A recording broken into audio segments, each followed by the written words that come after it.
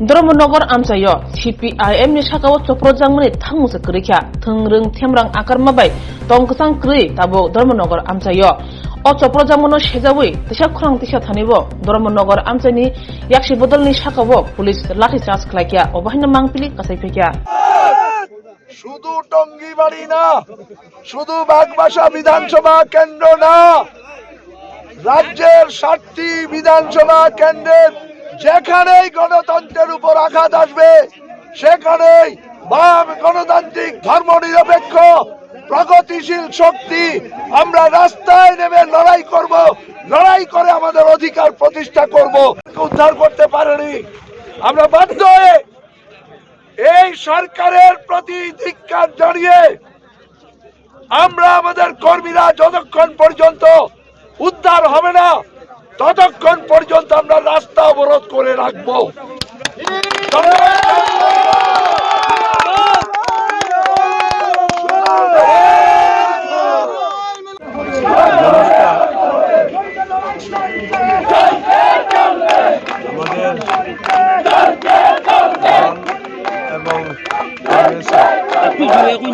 বাম এবং কংগ্রেসের আজকে বুথ অফিস কর্মীরা বসে কাজকর্ম করছিলেন, তর্কিতে বিজেপির হায়নার বাহিনীরা সেই বুথ অফিসের সামনে গিয়ে যথেচ্ছভাবে গালিগালাজ করে এবং আমাদের কর্মীরা প্রতিরোধ করে।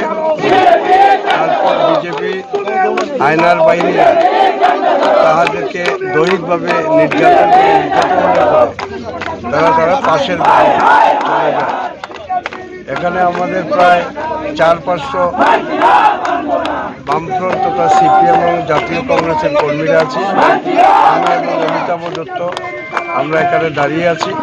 আমাদের কর্মীরা একটা বাড়িতে আছে, বিজেপিরা এদেরকে আটকে রেখেছে।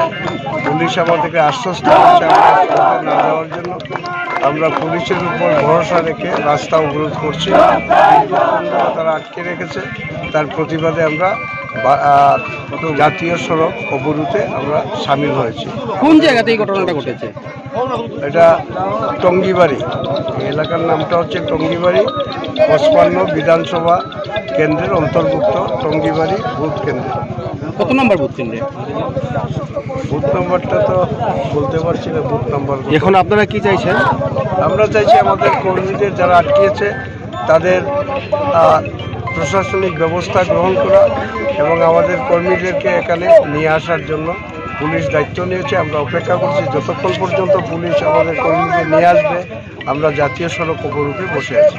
আমরা এখানে আমরা রাস্তা অবরোধে সামিল হয়েছি। আমাদের কর্মীদেরকে নিয়ে আসার জন্য পুলিশ যে কমিটমেন্ট দিয়েছে সেটা বাস্তবায়িত না হলে পরে আমরা এখানে দাঁড়িয়ে আছি, রাস্তা অবরোধ করছি। কোন জাতীয় সড়ক আপনারা অবরোধ করেছেন? লিঙ্ক ধর্মনগর টু বাগপাশা যে জাতীয় সড়কটা, এটা আমরা অবরোধ করেছি।